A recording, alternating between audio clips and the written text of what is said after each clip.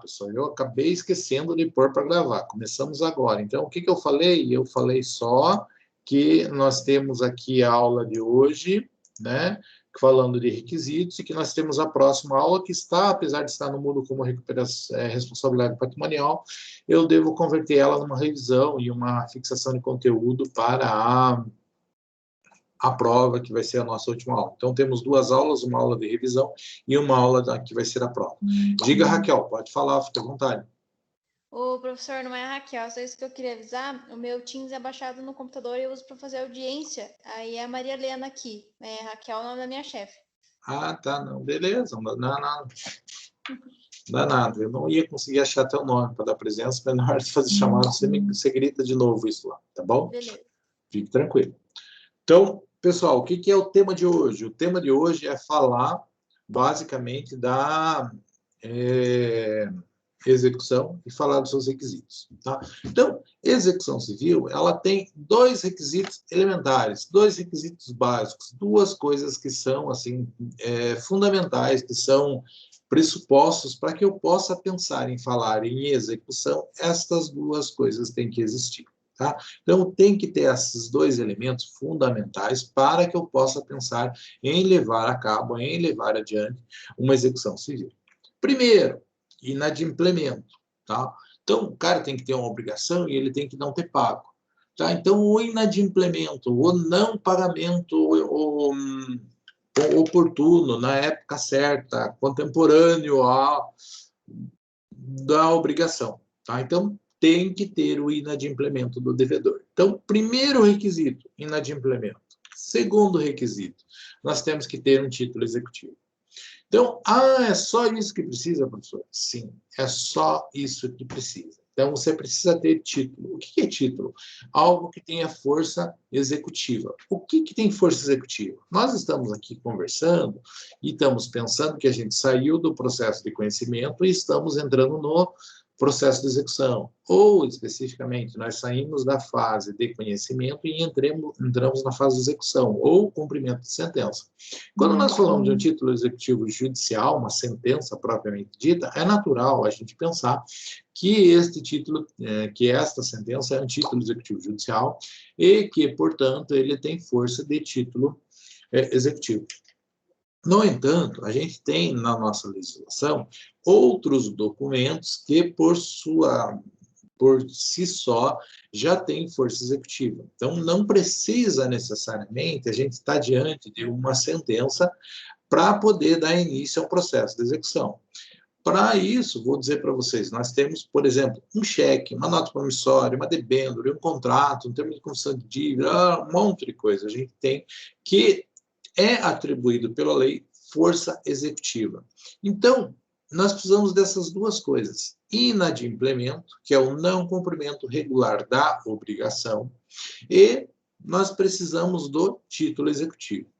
Pessoal, hoje a gente fala bastante de inadimplemento, falamos um pouco de título executivo, mas tem uma aula específica só falando sobre título executivo, o que pode ser, o que não pode ser, porque a lei enumera diversos documentos diferentes que podem ser títulos executivos e que, portanto, podem fundamentar o início de uma execução. Tranquilo? Quando nós pensamos aqui na execução regular no cumprimento de sentença, nós estamos pensando na sentença propriamente dita que não foi cumprida voluntariamente pelo derrotado, né, pelo demandado que perdeu a demanda. Agora, nós vamos ter outros títulos, né, que têm essa força também. O que é requisito, então, da execução? Inadimplemento, o devedor que tem uma obrigação e que não cumpriu sua obrigação. Segundo, esta obrigação tem que estar documentada em um documento que tenha força executiva, que a lei preveja que esse título, que esse documento tem força executiva. Tranquilo? Tranquilo, tá? Muito comum isso, pessoal. A gente trabalha bastante com relação a isso, tá? Agora, a gente entra na seara da questão do inadimplemento, tá? Logicamente, pessoal, que se a pessoa vem na data correta e cumpre a obrigação, não tem interesse, não tem porquê eu pensar em fazer uma execução civil. Então, a execução só surge interesse nisso, só vai se justificar a execução se não for cumprido voluntariamente pelo devedor o pagamento na data determinada, tá? E vai existir o inadimplemento quando o devedor não cumpre a obrigação no tempo, local e forma convencionada. Então, vejam, primeira coisa que eu falei para vocês, tem que existir inadimplemento. Agora, existir o inadimplemento, quer dizer, o sujeito não pagou. Este não pagou vai se desdobrando, porque ele tem que pagar o valor certo. Muitas vezes tem que pagar no lugar certo. Às vezes a obrigação não é de pagar, é de entregar uma coisa, ele tem que entregar a coisa no lugar certo. Tá? E da forma convencionada. Imagine que ele tem que entregar algo, ele vai lá e entrega o troço estragado. Ele cumpriu com a obrigação? Não. Entregou pela metade? Cumpriu com a obrigação? Não. Tem que entregar um tipo de mercadoria. Ele entregou uma mercadoria um pouco diferente. Ele cumpriu com a obrigação? Não cumpriu com a obrigação. Tá? E muitas vezes a diferença de local faz muita diferença. Tá? Então, inadimplemento quer dizer não cumprir a obrigação da forma com que ela foi pactuada. Aqui nós estamos na aula de Direito Processual Civil falando de execução. Quando eu falo de execução, eu digo, para pensar em execução, eu preciso ter inadimplemento. No entanto, o inadimplemento é algo que se estuda lá em Direito Civil, nas obrigações. Tá? Então, quando vocês estudam lá em obrigações, vocês vão automaticamente ver lá a questão do inadimplemento, que aqui a gente faz um pouco de uma repescagem, uma revisão com relação a isso, mas quem tem o ônus de ensinar isso especificamente para os senhores é o professor de Direito Civil. Eu, como dou aula das duas coisas, né, eu acabo misturando as duas coisas quando eu estou dando aula de Direito Civil e misturando um pouquinho das duas coisas quando eu estou dando aula de Direito Processual Civil. Então, talvez seja bom, talvez seja uma confusão completa, não sei. Tá? Vejam lá. Estou colocando assim que não é necessário que exista o inadimplemento absoluto. Basta a mora do devedor. Puxa, né? Eu falei para vocês, é só inadimplemento? Sim, só que a gente vai complicar bastante esta expressão inadimplemento. Para isso, né, nós dizemos assim que faz de uma forma de inadimplemento, pode ser porque não foi no tempo, porque não foi no local e porque não foi na forma convencionada. Além disso, surge já a necessidade aqui de que os senhores consigam diferenciar inadimplemento absoluto e a simples mora do devedor. Tá? Eu acredito que o meu próximo slide vai servir justamente para diferenciar essas coisas. Tá? Então, eu digo para vocês que mora é diferente de inadimplemento. Por quê? Porque quando eu estou falando em mora, eu estou falando em atraso. Tá? Então, quando o sujeito não cumpre a obrigação no momento correto, nós dizemos que ele está inadimplente, mas que ele está em mora. Tá? Então, o cara tinha que me pagar 10 mil hoje, não pagou. Puxa, amanhã ele está em mora, ele está inadimplente com a obrigação. Então, ele tem um tempo para cumprir isso. Qual é o tempo? Já passou. Então, se já está após o prazo, ele não cumpriu a obrigação da forma correta, ele está inadimplente, mas ele está em mora. Agora, nós temos uma outra expressão, e nós dizemos assim, a simples mora já justifica a execução. A simples mora já caracteriza o inadimplemento. Não precisa existir um inadimplemento absoluto. O que é inadimplemento absoluto? É quando deixa de fazer sentido o cumprimento da obrigação. Tá? Não interessa mais que aquela obrigação seja cumprida, porque ela não vai mais atingir o fim a qual ela está destinada, não vai resolver mais a questão. Tá? Então, pensem assim, a mora, o cara me deve 10 mil. Se ele não me paga hoje, putz, vem pagar amanhã, eu ainda tenho interesse em receber? Tenho, me pague os 10 mil, pague um jurinho, ou nem pague o jurinho, mas me pague de uma vez, eu quero dinheiro. Agora, existem algumas situações, pessoal, aonde ou o cara faz o negócio, se o cara não fez, não adianta querer fazer depois. Tá? Imagine, né? Vamos pensar assim, aquela situação de um serviço de buffet contratado para uma festa de casamento. Tá?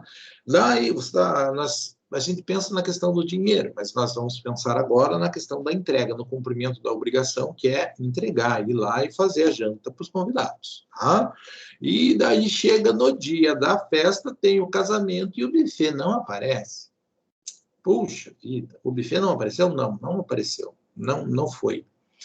Adianta o buffet entregar a janta no dia seguinte? Não adianta. Por quê? Porque não tem mais a festa já aconteceu e os convidados já ficaram com fome. Tá? Nada vai resolver esta situação. Não tem como eu ir adimplir, mesmo que comemora isso. Por quê? Porque o inadimplemento é absoluto. Não existe conduta que consiga reverter esta situação. Então, a obrigação não foi cumprida da forma com que foi pactuada e não existe mais forma de eu reverter este inadimplemento. Logo, quando o inadimplemento perde a sua finalidade, né? O jantar após a data aprazada não tem conserto. Então, se aconteceu algo neste sentido, nós chamamos de inadimplemento absoluto. A principal característica dele é que ele pode ser convertido em perdas e danos, tá? Mas ele não pode ser adimplido mais porque aquilo não faz mais sentido de existir. Tudo bem? Tranquilo? Então, imagine o plano de saúde, né? O plano de saúde nega o pagamento de um tratamento médico, de um tratamento para o sujeito. Enquanto o sujeito está vivo, beleza, vai lá. Agora, o sujeito morreu, adianta dar uma decisão? Adianta dizer? Não, não adianta, porque o plano de saúde não vai conseguir mais resolver aquela situação. Então, mora é simples, atraso. Inadimplemento absoluto é algo que não adianta, está atrasado, mas também não adianta mais ser cumprido porque ela perdeu a sua função. Para que a gente fale em execução civil, o requisito é inadimplemento. E inadimplemento não absoluto, o inadimplemento caracterizado pela simples mora, o não cumprimento regular da obrigação caracterizado pelo simples atraso já justifica a execução civil. Tranquilo? Beleza isso? Né? Acredito que os senhores já eram bacharéis nesse assunto. Né? Então, aqui eu tenho como exemplo atraso no pagamento simples, né? E o segundo exemplo que eu vou ter ali é atraso na entrega do vestido da noiva. Né? O vestido da noiva pode ser entregue após o casamento? Não faz sentido, né? E assim a gente vai ter várias situações relacionadas a isso, né?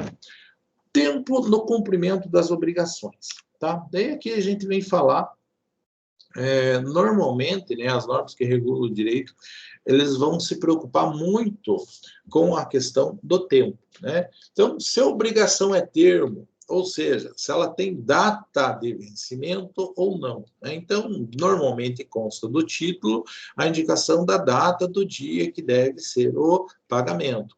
Um dia após aquele, eu já estou em mora. Se não tem data, vai ser preciso notificar o devedor para caracterizar que nós estamos em mora. Então, pode ser o tempo? Pode. O tempo, normalmente, nós vamos ter as execuções civis fundadas no inadimplemento em função do tempo. Tá? Pode ter outras? Obviamente que existem diversas outras situações. Então, pode ser por tempo certo ou não. Se eu tenho o vencimento estipulado, muito mais fácil.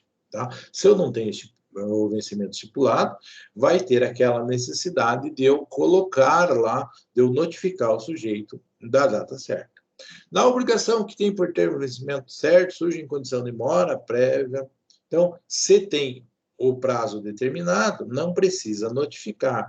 Agora, se não tem a data, eu preciso colocar isso. Né? Então, a citação constitui a mora? Sim. Substitui a notificação? Não necessariamente. Aí é uma discussão que a gente tem, né? Nos atos ilícitos, o devedor está em mora desde a data do fato. Por quê? Porque a gente considera que desde a data da mora incide correção monetária. E a partir da citação, nós temos aí a aplicação de juros legais. Tá? Mas só coisas simples, entendimentos pacíficos que a gente menciona com relação a isso. Tranquilo? Tranquilo. Qualquer dúvida, qualquer coisa diferente, né? Isso aqui nós estamos falando basicamente de direito civil, tá, pessoal? Lugar. As obrigações devem ser cumpridas no lugar convencionado. Normalmente o título diz aonde que ela é paga, tá? Na falta prevalece aquilo que está no 327 do Código Civil, não o processo civil. Tá? Diz assim: efetuar-se-á um pagamento no domicílio do devedor, salvo se as partes convencionarem diversamente ou, se ao contrário, resultar da lei, da natureza da obrigação ou das circunstâncias. Então, normalmente, pessoal, eu vou fazer o pagamento aonde eu devo. Então, é o credor que deve ir atrás do devedor. Pode ser diferente? Pode. Por isso, muito cuidado na hora de assinar um contrato. O leigo, beleza, pessoal. Agora, se você tem um curso de direito e cai numa falcatrua dessa, dizendo que você não tem como se dizer que não sabia depois se você tem graduação nisso. Então, cuidado. Aonde que a obrigação tem que ser cumprida? Tá? Isso pode mudar, por exemplo, aonde que eu vou ter que entrar com o processo para discutir essa situação. Vejam lá, a regra é que a obrigação seja cumprida no domicílio do devedor. Né? Então, obrigação quesível, né, é do domicílio do devedor. Obrigação portável, domicílio do credor. Por quê? Obrigação quesível é aquela que ela tem como local de cumprimento aonde o devedor está colocado. Então, ela é exigível do devedor, daquela pessoa específica. Quando nós falamos de obrigação portável, é o caso, por exemplo, de um cheque, de uma outra situação. Então, quando é um título, tem a natureza dele circular, a gente vai ver quando a gente fala da questão dos títulos de crédito, que é uma matéria que o povo odeia lá em direito empresarial, na minha época, direito comercial, né? A gente vai ver que os títulos de crédito, eles têm por característica a portabilidade, a maioria deles, tá? Então, por mais que você endosse ele para uma pessoa, há a possibilidade que você faça ali digamos assim, você ponha ele nominal a uma pessoa, há a possibilidade de que ele seja endossado, ou seja, transferido para outra pessoa. Né? Indo mais além na teoria de títulos de crédito, esse endosso pode ser em branco ou em preto, ou seja, dizendo para quem que vai ser ou não, mas você pode fazer isso. Então, digamos que nós estamos com um título desse, e vamos pensar que esse título talvez não tenha sido nem colocado nominal a ninguém. Então, esse título passa de uma pessoa para outra. Tá? Aonde que ele pode ser exigido? Em qualquer lugar, ou seja, aonde o credor está, ok? Ah, mas não tem que ser lá o cara que emitiu o cheque? Não necessariamente, gente, porque todos aqueles pelos quais o cheque passou pagaram a sua obrigação por meio daquele título. E, na verdade, todos eles são devedores solidários ou subsidiários ao cheque. Tá? E o problema é que normalmente isso não fica documentado, as pessoas não vão exigindo, mas cada um que endossa o cheque, ele passa a ser responsável pelo título, ok? Então, o lugar tem que ver, existem regras legais, como essas regras relacionadas aos títulos de crédito, e existe a possibilidade das partes convencionarem aonde que vai ser cumprida a obrigação. Se não está determinado em lugar nenhum, o lugar de exigir a obrigação é o domicílio do devedor.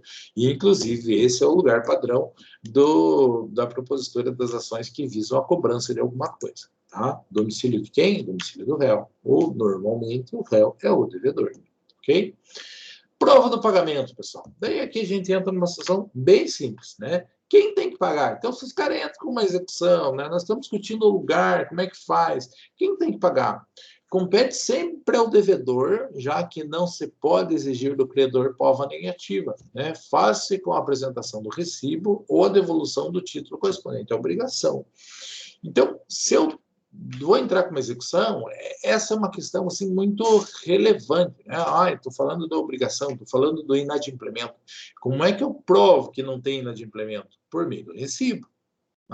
Tem que ter o recibo? Tem que ter o recibo. Tem alguma coisa que substitui com eficiência? Sim, você foi lá e pagou um cheque sem fundo. Né? Como é que você acaba com a obrigação? Pega o cheque você guarda, ou pega o cheque você e rasga. Se o cheque sumiu, não tem mais como lhe exigirem aquilo. Ok? Então, é normal que seja dado com o próprio título, estes títulos de crédito, é normal que seja feito a quitação por meio da entrega do próprio título, assim como é possível, é normal, é regular, que seja feito a prova do pagamento por meio de recibo. Agora, você não pegou o título e você não pegou um recibo, parabéns para você. Tá? Porque quem tem a obrigação de provar o pagamento é você. Existem outras formas? Existem. Claro que elas vão ficando cada vez mais complexas. Posso provar por meio de testemunha? Difícil, né? Posso, mas é difícil. Posso provar? Fácil, por meio de um depósito em conta. Então, depositou na conta do sujeito, está lá disponível. Beleza. Agora, se você não depositou na conta do sujeito, depositou na de outra pessoa, fica difícil. Então, muito cuidado com relação a isso. E sempre o ônus da prova do pagamento incumbe ao devedor. Tá? Então, eu vou lá, pago uma obrigação minha aí, eu tenho que guardar o recibo. Porque se aquele cara vir me cobrar de novo, eu tenho que ter como provar que eu cumpri com aquela obrigação.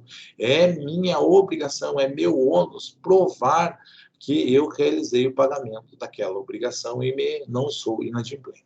Ok? Então, coisas simples que a gente fala com relação a isso. Obrigação líquida, né? Só se fala em inadimplemento, pessoal, se a obrigação for líquida. Né? Do contrário, o pagamento é inviável. O que é uma obrigação líquida? Uma obrigação que eu sei a quantidade.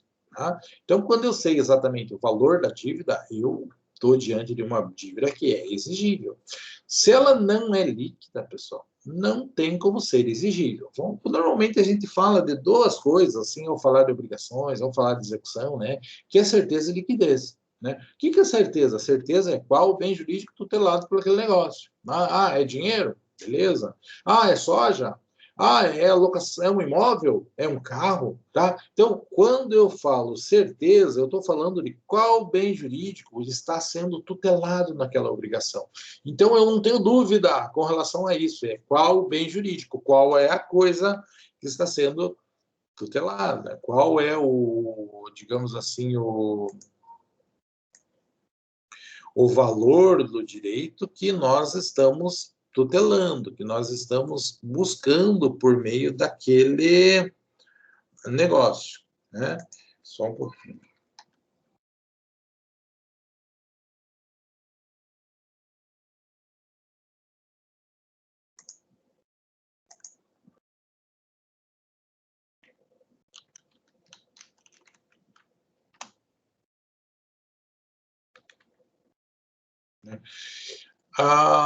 Quando eu falo em certeza, então, é qual bem jurídico tutelado. É dinheiro, é soja, é mercadoria, é imóvel, é joia, é alguma coisa assim. Pode ser outra coisa? Sim, né? Qualquer coisa é um bem jurídico tutelado, é um direito, é um patrimônio que eu posso me meter. Quando eu saio da certeza e falo da liquidez, eu estou falando do quanto disso. É um imóvel? Qual o imóvel? Qual é a delimitação desse imóvel? Estou falando de soja? Quanto de soja? Quantas sacas? Estou falando de dinheiro? Quanto em dinheiro? Ok? Então, certeza é qual é o bem jurídico, liquidez é o quanto desse bem jurídico. Posso ter obrigação certa e não líquida? Posso. Tem que indenizar. Indenizar é dar dinheiro. Sei qual é o bem jurídico tutelado, a obrigação é certa. Sei o quanto que eu tenho que indenizar? Não, tem que calcular um monte de coisa. A obrigação não é líquida. Por quê? Porque ela, apesar de ser certa, eu sei qual é o bem jurídico, eu não sei qual é o tamanho dela. Então, a obrigação de indenizar ela é certa, mas não é líquida. Para que nós possamos falar ainda de implemento de uma obrigação e, portanto, dar início no processo de execução, é primordial que exista a liquidez, que eu saiba o quanto é isso. E daí aqui é um problema que a gente enfrenta assim, de uma forma assim, bastante redundante, bastante importante nas nossas execuções, né? É que muitas vezes as sentenças não são absolutamente líquidas, né? Às vezes a sentença diz assim, tem que indenizar lá o prejuízo que causou, mas eu não sei quanto que é o prejuízo, daí vai ter que ter um processo de liquidação que vai ter que calcular isso, tá?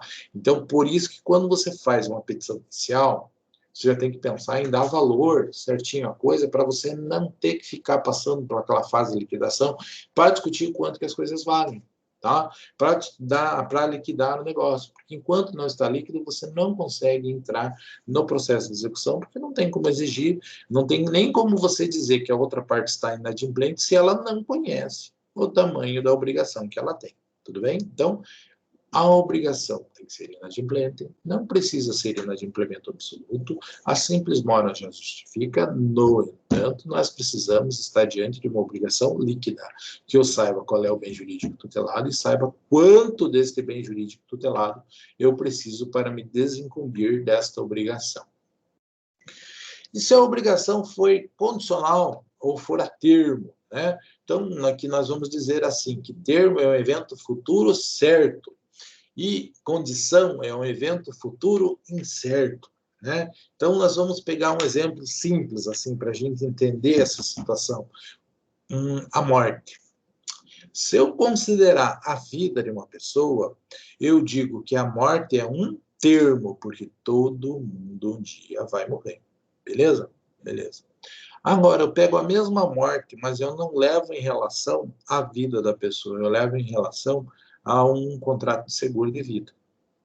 Ela deixa de ser um termo e passa a ser uma condição. Por quê? Porque todo mundo vai morrer um dia. Mas, para efeito do contrato de seguro, só vai ser devido à indenização do contrato de seguro se aquilo acontecer dentro do período de vigência do contrato. E acontecer a morte dentro do período de vigência do contrato de seguro é uma condição, ok? Então, condição, evento futuro incerto. Termo, evento futuro incerto. Quando acontecer, você tem que fazer. Ok? Então, existe essa diferença tênue dentro do direito civil que a gente tem que dizer aqui. Para nós faz muita diferença? Não, pessoal. Para nós não faz muita diferença, porque na obrigação que para ser executada tem que existir inadimplemento. Ou seja, aconteceu o termo ou aconteceu a condição e o sujeito não pagou aquilo que devia. Então, o seguro, morreu o sujeito e o seguro não indenizou quem deveria. O que aconteceu? O que faz diferença para nós aqui ao executar se um termo era uma condição? Não muito. A diferença é semântica e a diferença mora lá no direito civil. A única coisa é que o 514 vai nos dizer assim, quando o juiz decidir relação jurídica sujeita à condição ou termo, tanto faz, né, para nós aqui do processo, né, o cumprimento da sentença dependerá da demonstração de que se realizou a condição ou que ocorreu o termo. Lógico. Vou cobrar um seguro de vida? Qual é o documento indispensável? A propositura da cessação, né? A juntada da certidão de óbito daquela pessoa titular do seguro. E assim por diante. Então, vou cobrar uma indenização por um sinistro, qualquer coisa, aconteceu aquela condição, aconteceu aquela coisa, então você tem a obrigação de fazer algo. Se este tipo de obrigação foi prevista e para que eu possa pensar em comprovar a inadimplência, eu preciso juntar uma prova de que o termo ou a condição ocorreu. Beleza? O que mais nós podemos dizer com relação ao inadimplemento? Né? Obrigações bilaterais, né? Excepto non adimplente contratos. O que quer dizer isso, pessoal? Tá? O 476 do Direito Civil diz que nos contratos bilaterais simultâneos, né, eu não posso entrar numa ação exigindo o cumprimento da parte contrária sempre que eu tenha cumprido a minha. Qual que é a importância disso, pessoal? A importância está na palavrinha simultânea. Né? Então, se eu faço uma compra à vista, eu vou lá, fiz o pagamento, eu posso exigir que o cara me entregue, beleza? Agora, se não é desta forma que foi pactuado entre as partes, né? Daí eu tenho que ver como está ajustado no contrato. Mas eu não posso, via de regra, exigir o cumprimento da parte contrária se eu não adimplico a minha obrigação. Tá? Mas o cara me vendeu parcelado, a prazo, ele me entregava, nós fizemos um contrato, ele dizia que entregava hoje, que eu ia pagar daqui 30 dias a primeira, a segunda. Posso entrar com uma ação exigindo dele? Posso. Por quê? Porque daí ele assumiu de ter dado o prazo para cumprir isso. Depende da forma como foi ajustado. Agora, a regra simples para quando nós não temos um contrato elaborado em discussão é que eu não posso exigir o cumprimento a obrigação da parte contrária antes de cumprir com a minha obrigação. Novamente, estamos falando apenas, pessoal, de direito civil. No processo civil, a regra se repete. 787 nos esclarece. Se o devedor não for obrigado a satisfazer sua prestação, senão mediante a contraprestação do credor, este deverá provar que adimpliu ao requerer a execução sob pena de extinção do processo. Parágrafo único, assevera ainda, pessoal, o executado poderá eximir-se da obrigação depositando em juízo a prestação ou a coisa, caso em que o juiz não permitirá que o credor receba sem cumprir a contraprestação que lhe tocar. Tá ok? Então, para que eu possa exigir o cumprimento da parte contrária, eu tenho que cumprir a minha parte. Tá? Isso é bem simples. Não existe inadimplemento de obrigações simultâneas se uma parte não cumpre, a parte dela não vai poder exigir que a outra faça. Ok? Aqui, pessoal, a gente praticamente encerra este assunto, este ensejo, se falando de inadimplemento. Lógico, resumir tudo isso, tudo que a gente tem com relação a isso, nesta aula, obviamente que não, pessoal. Eu só fiz um breve esboço daquilo que vocês aprenderam lá em Direito Civil e Obrigações. Tudo bem? Tranquilo. Segunda parte, título executivo. Então, eu preciso de título executivo. Eu preciso disso, né? É um requisito indispensável para a positura de uma execução. Então, não existe execução sem isso, né? Tem muitas coisas, assim, o direito, você sabe que o direito vai evoluindo, o direito processual evoluindo, talvez, de uma forma, inclusive, mais rápida, né? E daí, os caras já passaram muito tempo discutindo doutrinariamente qual que é a natureza jurídica do título executivo. Por quê? Porque o título executivo ele não é simplesmente um documento, né? Ele é um documento que, para Carnelucci, servia como prova de um débito. Ah, beleza. Então, Carnelucci era um cara foda, né? E ele dizia, né, que o título executivo nada mais é do que um documento que prova o débito. Daí, esta ideinha defendida por Carnelucci evoluiu um pouco e a gente chegou lá no Henrique Túlio Lieberman, né? Então, o Lieberman dizia que o título executivo não é um documento, não, é um ato capaz de desencadear a sanção executiva. Tá?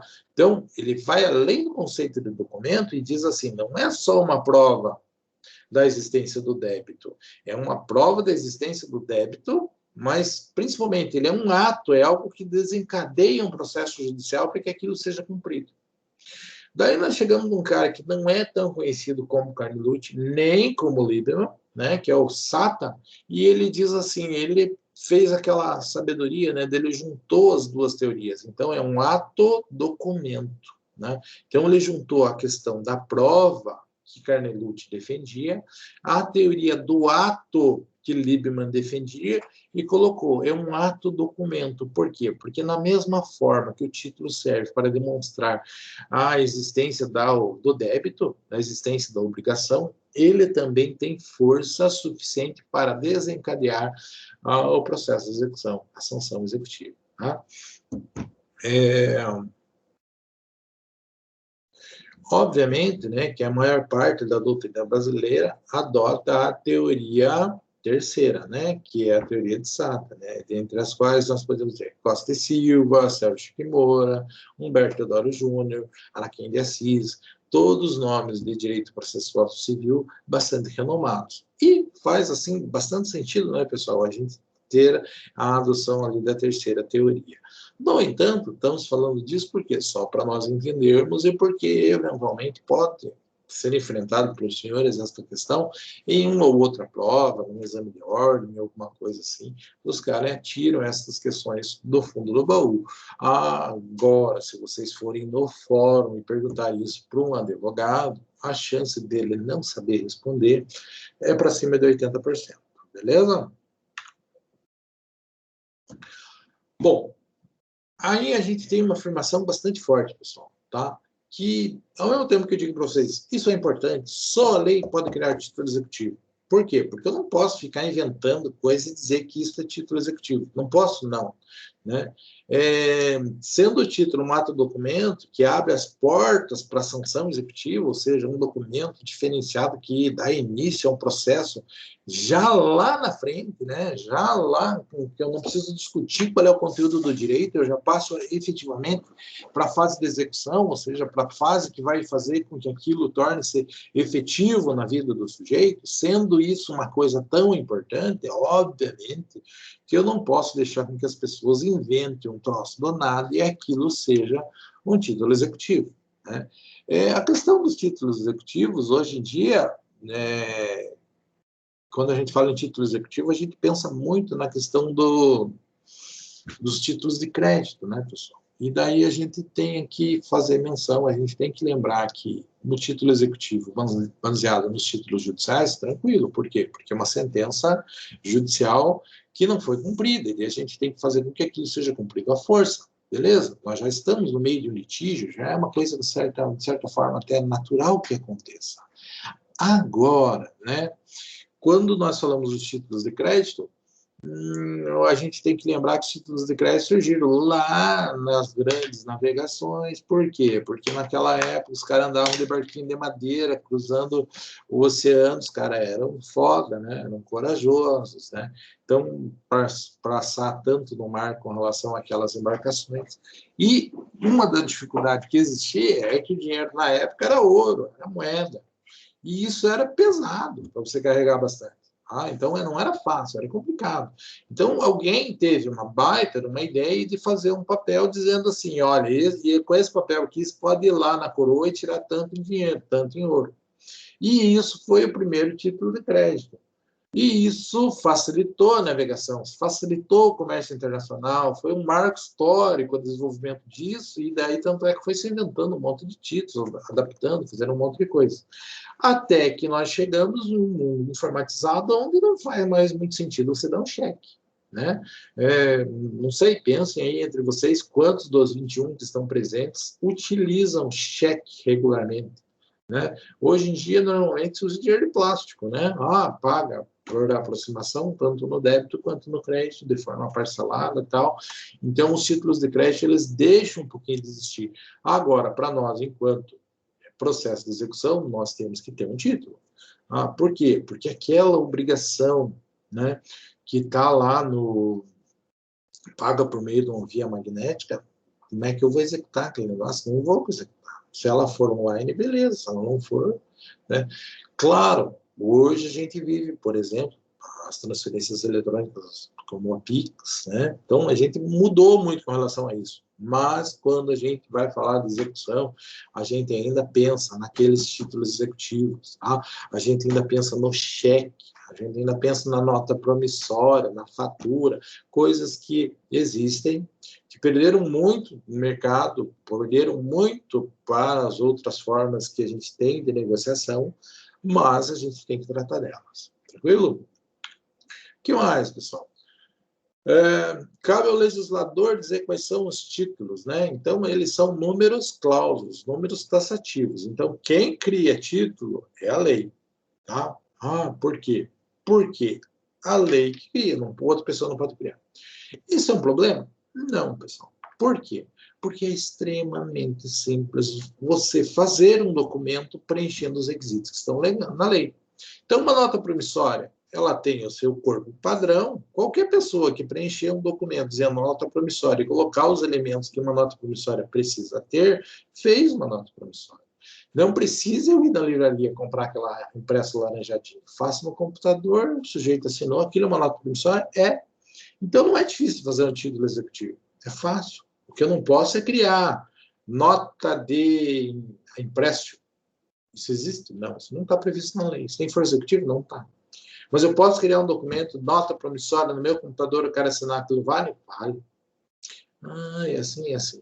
Posso fazer um contrato? Posso. Posso escrever o que eu quiser no contrato, assumir qualquer tipo de obrigação. É um título executivo? Sim.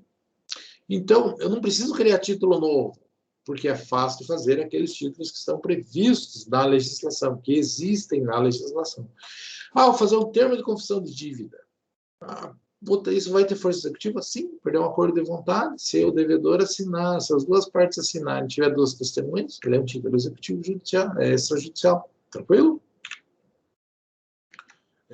Bom, o que mais eu posso dizer? Posso ter mais de um título? Posso, pessoal. Tá? Então, vejam lá o que diz o 780 do Código de Processo Civil. O exequente pode acumular várias execuções, ainda que fundado em títulos diferentes, quando o executado for o mesmo, e desde que, para todas elas, seja competente o mesmo juízo e idêntico ao procedimento.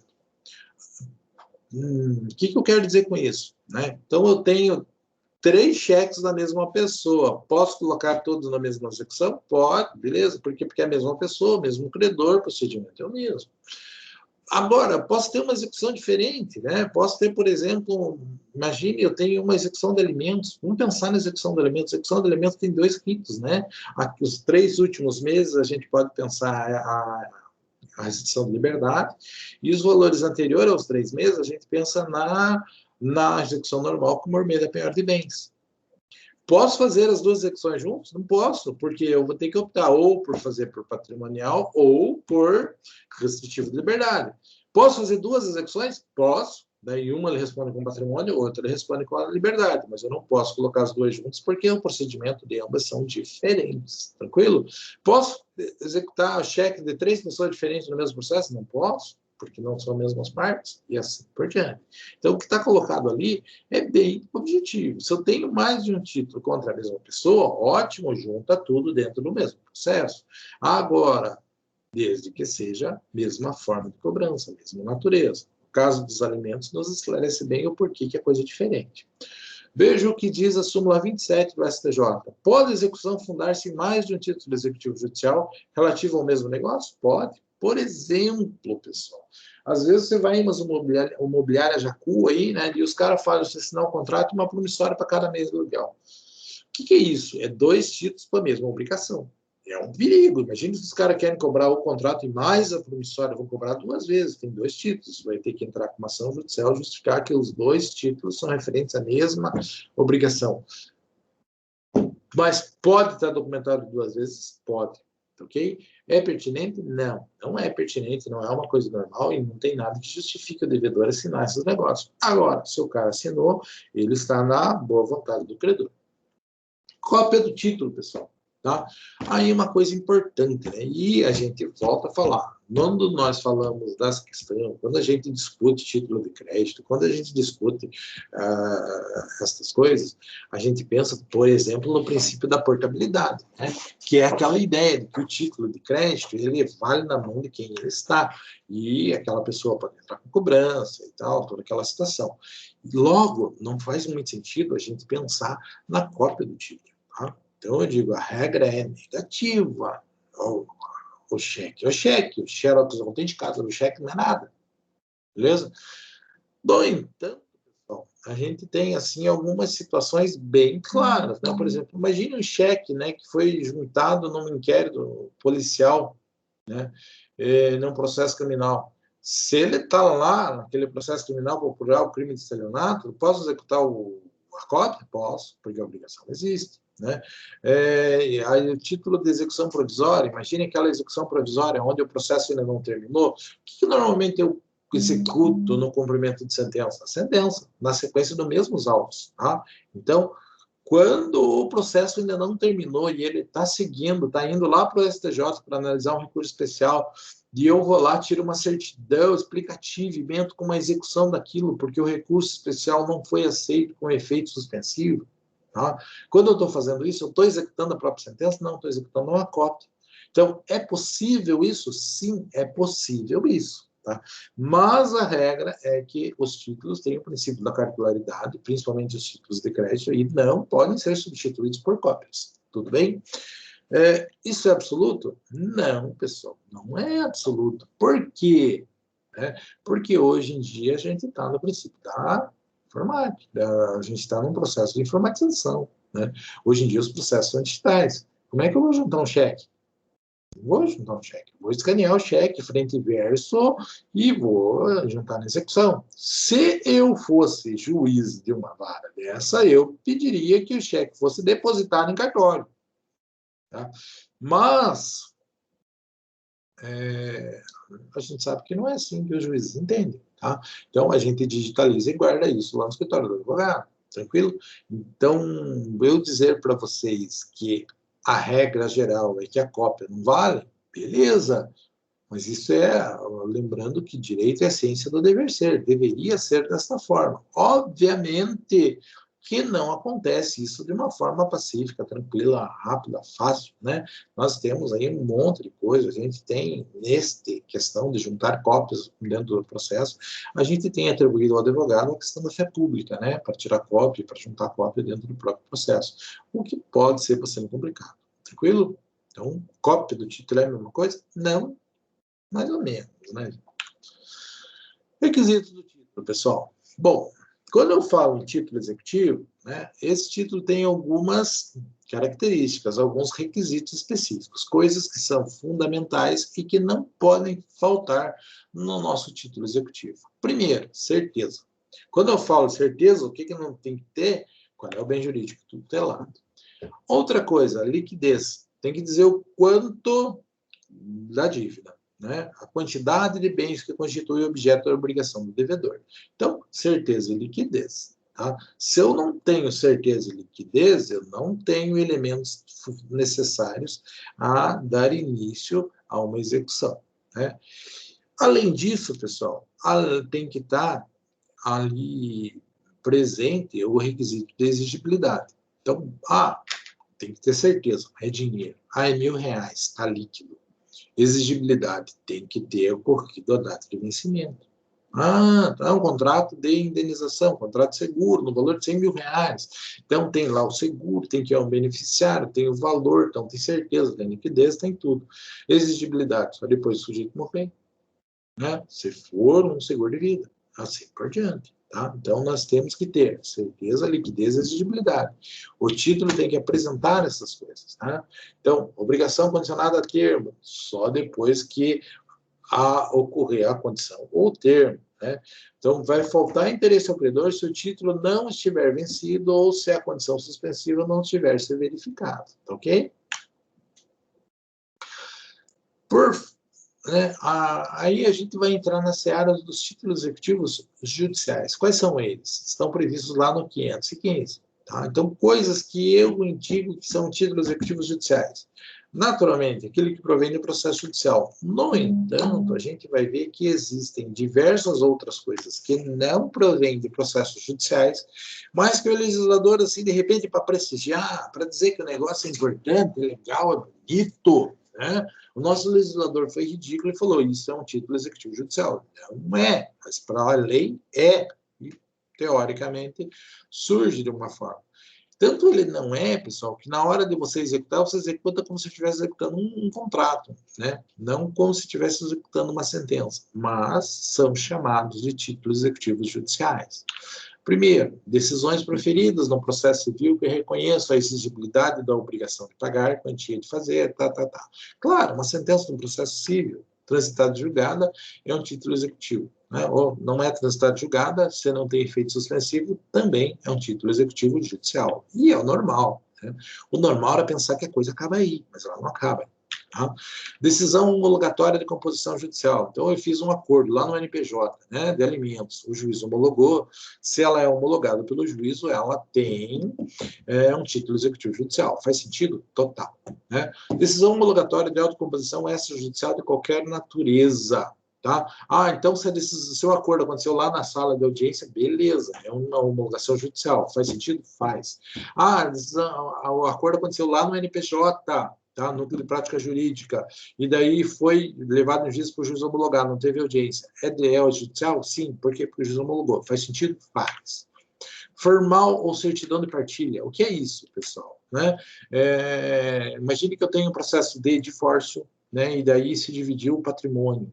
Ou eu tenho um processo de inventário, se dividiu um patrimônio. Eu tenho um processo de dissolução de uma sociedade, se dividiu um patrimônio. Nestas ações, onde se divide patrimônio, é normal sair formal ou certidão de partilha. Certidão quando é mais simples, né? E formal quando é uma coisa um pouquinho mais formal. O formal faz a mesma função, pessoal, do que uma escritura pública para o registro do imóvel, por exemplo. Né? Então, você não leva lá uma cópia de certidão, você leva um formal, um registro de imóveis para ser registrado. Eventualmente, dentro de uma decisão, diz assim, tal coisa fica para fulano. E daí não entregam para fulano aquela coisa. O que eu posso fazer? Eu posso pegar o formal que diz que aquela coisa tinha que ser entregue para mim e entrar com ação de execução. Pode. Então, o formal que diz quais são os bens que são do meu direito, eu posso levar em juízo e exigir que aquilo me seja entregue, tá? Isso vai ser um título executivo judicial. Faz sentido? Sim. Por quê? Porque provém em processo judicial. Seja divórcio, seja dissolução da sociedade, seja inventário, seja lá qual for. Tá? Créditos auxiliares da justiça aprovados por decisão judicial. Lógico, né, pessoal? Quando você entra com o processo, o cartorário dá uma certidão dizendo que tanto, o juiz disse, realmente, o trabalho vale tanto. Se for cobrar, é um título executivo judicial. Tá? Sentença penal condenatória transitada e julgada. Tá certo, pessoal. Por quê? Porque quando existe a condenação criminal, o a vítima tem direito a uma indenização. Sempre, sempre. Isso é o que a gente chama de ação ex delito. E precisa mover um processo de conhecimento? Não, desde que tenha existido a condenação criminal. Se existe a condenação criminal, existiu a certeza da prática de um ato ilícito. Aquela vítima tem direito, como vítima de prática de um ato ilícito, a uma indenização. Então, sempre que eu tenho uma sentença penal condenatória, eu posso pegar aquela sentença, trazer para o cível, discutir qual é o valor, liquidar aquela obrigação, quanto que vale aquela indenização, e partir para a execução. Precisa discutir se é o devido ou não a indenização? Não precisa. Por quê? Porque você já tem uma sentença penal condenatória que reconhece a existência da prática de um ato ilícito. Beleza? Beleza. Tanto é, pessoal, que quando o juiz do criminal fixa a sentença penal e condena, ele já deveria fixar também o valor da indenização devida. Os caras fazem isso? Não fazem. Por quê? Porque normalmente quem é condenado no processo criminal é o povão diabólico que não tem dinheiro para pagar a indenização. Tá? Mas o correto seria que já se fizesse isso lá, porque o juiz do penal, ao fazer isso, ele já encurtava muito o processo da indenização possível, tá? E seria uma coisa extremamente rápida, funcional, legal, ótima, se eles tivessem essa prática. Infelizmente, eles não têm essa prática, a gente tem que trazer um título que está lá, que é certo, mas não é líquido, e tem que discutir o valor que esta indenização vale aqui no cível. Tudo bem? Mas é um título executivo judicial? Sim. A sentença penal, aqui já é o que eu já falei, ocorre um processo de ação de indenização, tal. Pode existir uma ação de indenização e ação criminal? Pode existir. Mas não vamos entrar muito no mérito, tá? O que pode ser? Pode ocorrer de o sujeito está respondendo pelo processo crime lá, porque ele me praticou um ato ilícito contra mim. Digamos que ele me agrediu. Tá? E aqui, no cível, eu não vou esperar ele ser condenado no criminal, por quê? Porque ele pode fazer um acordo, não vai ter sentença penal condenatória, pode ter suspensão condicional do processo, não vai ter sentença penal condenatória, tem um monte de coisa. E eu entro com uma ação de indenização aqui. Então, pode acontecer as duas coisas? Pode. Né? Então, vamos ver como existe a possibilidade de eu ter um processo no cível, em função de um ato ilícito praticado, e um processo criminal, em função de um ato ilícito praticado, pode acontecer de sair sentença antes em um antes em outro. E há conflito de decisões, pode trazer algum problema. Vamos ver quais são as possibilidades desses problemas. O que ocorre se no curso da ação de indenização sobrevier uma sentença penal condenatória? Então, veja, se eu tenho uma ação civil discutindo se tem ato ilícito e o cara é condenado no criminal, simplesmente perde o objetivo a ação civil. Por quê? Porque já existe prova da prática do ato ilícito. Daí o que faz? Tira a cópia da sentença criminal transição julgada e junta no processo, parte para a fase de execução. Beleza? Beleza. Se a sentença penal condenatória for absolutória, daí nós vamos pegar o que diz o Código de Processo Penal. Veja eu falando Código de Processo Penal em aula, é uma coisa absurda, né? O artigo 66 do CPP diz assim: não obstante a sentença absolutória do juízo civil, a ação civil poderá ser proposta quando não tiver sido categoricamente reconhecida a inexistência material do fato. Então, se não falou que categoricamente não houve a prática do ato ilícito, ou não tem nenhuma justificativa, nada, a ação civil pode continuar tramitando, que é normalmente o que acontece. Agora, se a sentença penal e a civil foram conflitantes, uma é de um jeito, outra de outro, né? Diversos entendimentos podem ser colocados, né? Então, tem gente que diz que coloca um, coloca outro, né? Vai servir para entrar com uma ação incisória, para rever a decisão. Então, uma série de situações a gente tem que pensar com relação a isso. Então, é possível? Sim. Beleza? Beleza. Sentença arbitral. Daí aqui aquilo que eu digo, né? A gente está falando de quais são os títulos executivos judiciais, que estão lá no 515 do Código de Processo Civil. Daí a gente fala assim, sentença arbitral. Putz, sentença arbitral é título judicial? Não, porque vem no processo extrajudicial. Mas o legislador, por ser gente boa, ele falou assim, não, nós queremos prestigiar esse negócio. Então nós vamos dizer que aquilo que foi feito no processo de arbitragem é uma sentença, é um título executivo judicial. Na verdade, não é. Tá? Mas a lei assim chama. A sentença estrangeira homologada pelo STJ. título executivo judicial. A decisão interlocutória estrangeira, né, após concessão do exequatur, a carta rogatória pelo Superior Tribunal de Justiça, também. Então, tanto a sentença estrangeira como a decisão interlocutória estrangeira, se homologada, deve ser executada.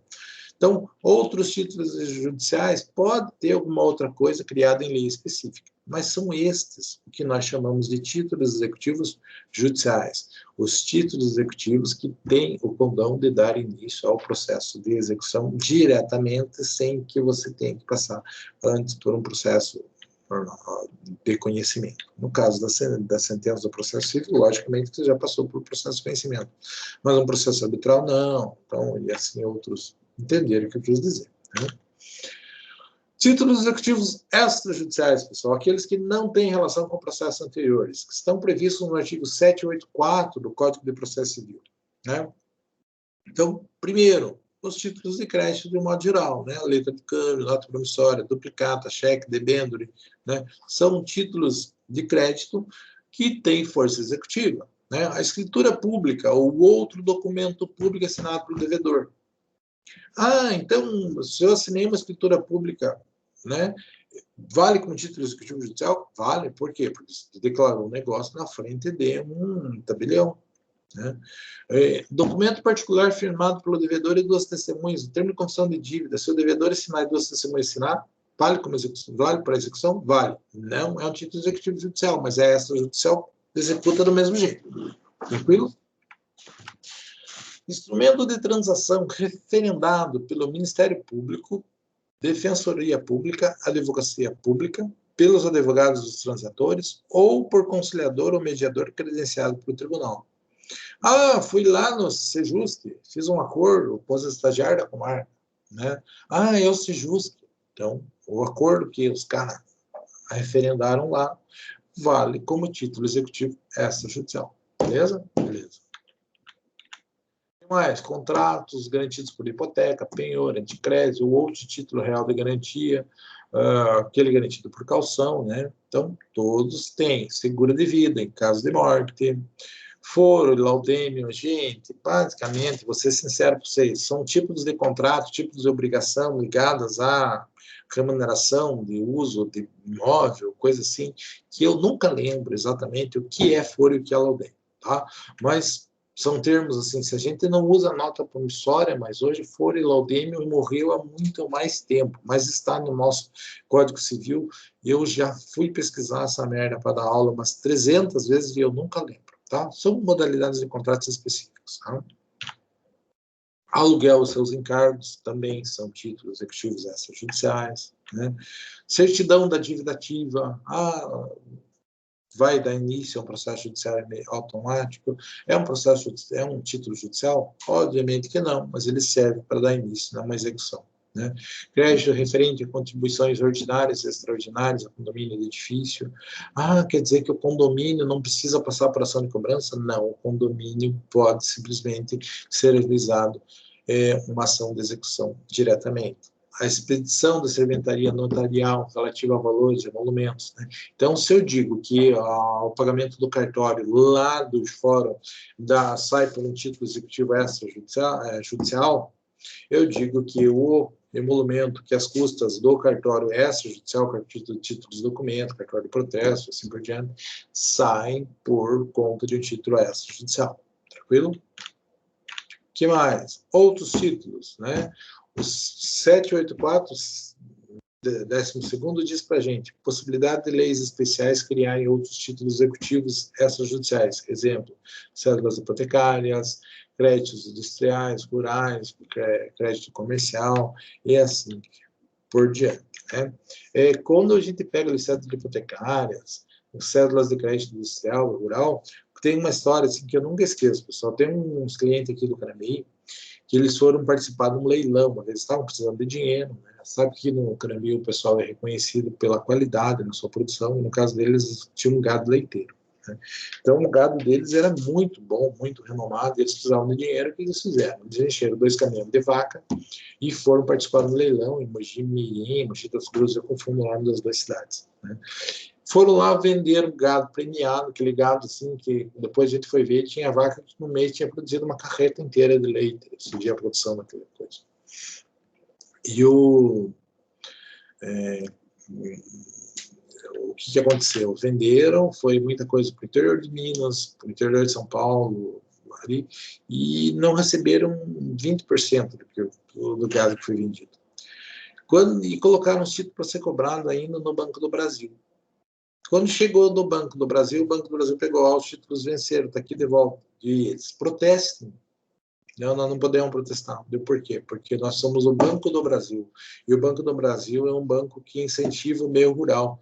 Ah, e daí? E daí que o que você tem aqui é nota promissória rural. Nota promissória rural está escrito aqui no Estatuto do Banco que o Banco do Brasil não protesta. O banco devolveu todos os títulos para eles. Né? Daí os caras vieram atrás da gente para a gente cobrar esses títulos. Né? Daí foi uma vez que a gente saiu daqui, eu e o meu sócio, e fomos daqui até Goiânia, de carro, parando em um monte de cidadezinha, distribuindo protestos e ações de cobrança contra um monte de gente que ficou devendo vaca. Ok? Por quê? Por causa da restrição que existia lá no regimento, no Estatuto do Banco do Brasil. Então, existem títulos diferentes? Existem, criados pela lei, não criados pela vontade do cidadão. Tranquilo? Contrato de honorários advocatícios. Gente, eu não precisava nem colocar. Se um contrato assinado pelas partes e por 2 testemunhas vale, claro que o contrato de honorários advocatícios também vale como título executivo extrajudicial. Opção pelo processo de conhecimento. Gente, vejam assim, o 785 nos deixa bem claro, a existência de título executivo extrajudicial não impede a parte de optar pelo processo de conhecimento a fim de obter um título executivo judicial. Ah, então eu posso optar? Posso. Por que, gente, que eu optaria? Pela mesma regra que é quando a gente entra com uma execução lá no Juizado Especial Civil, né? Execução é um ato de fazer com que o direito seja cumprido. Então, você vai no patrimônio do executado, pega o patrimônio, vende e beleza, ou faz outra coisa e tal. Mas é assim que funciona a execução. Como que é no juizado especial? No juizado especial, porque ele tem um princípio de oralidade, informalidade, um monte de coisa. O que acontece? Se a juiz uma execução penhora um bem do cara, o que faz? Marca audiência. Por quê? Para as partes conversarem, tentarem entrar num acordo e então ter que vender aquele bem que foi penhorado. Tá? Então, esse é um princípio do juizado especial. Por quê? Por conta do princípio da informalidade, da oralidade, não sei o quê. É legal? É ótimo, porque faz com que as pessoas entrem em consenso. E vou dizer para vocês, é uma mágica fazer audiência depois de ter um bem penhorado, a coisa se resolve muito mais facilmente. Tá? Então, isso mostra que se no juizado especial funciona, possivelmente também seja interessante você que tem um título executivo extrajudicial entrar com uma ação de cobrança e trazer o cara para se manifestar numa audiência, numa coisa. Por quê? Porque aquilo vai possibilitar uma relação melhor entre as partes. Então, eu não sou obrigado. Eu posso, às vezes, optar não pelo procedimento executivo, mas sim optar pelo processo de conhecimento, porque para discutir, para reforçar, para ter uma possibilidade de negociação. Então, pode ser interessante? Pode ser interessante. Claro, estamos falando de títulos executivos extrajudiciais. Judiciais não faz sentido. Você já obteve uma sentença, você vai entrar com uma outra ação para fazer cumprir aquela sentença por meio do processo de conhecimento? Não faz sentido e aí não tem aplicação nenhuma. Tudo bem? Basicamente, o que eu tinha para dizer para os senhores hoje era isso. Qualquer coisa, pessoal, por favor, perguntem. Vamos para outra parte da aula, que é aquela parte na qual eu tenho que fazer chamada, né, pessoal? Vamos lá. Então, vou entrar aqui e vocês vão me ajudar a fazer chamada.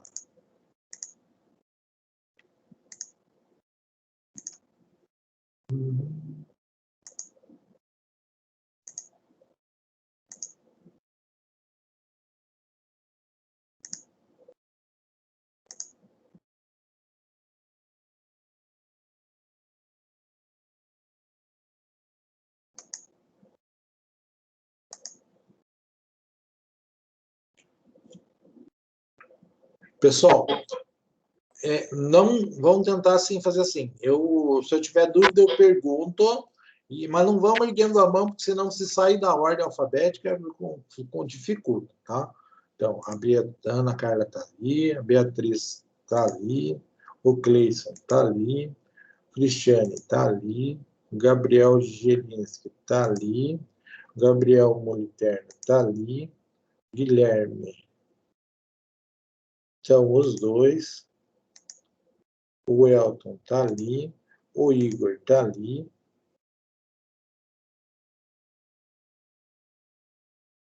A Elisiane está ali. A Isadora não está. A Isadora não achei. Lucas Bender está. Márcio Carvalho está.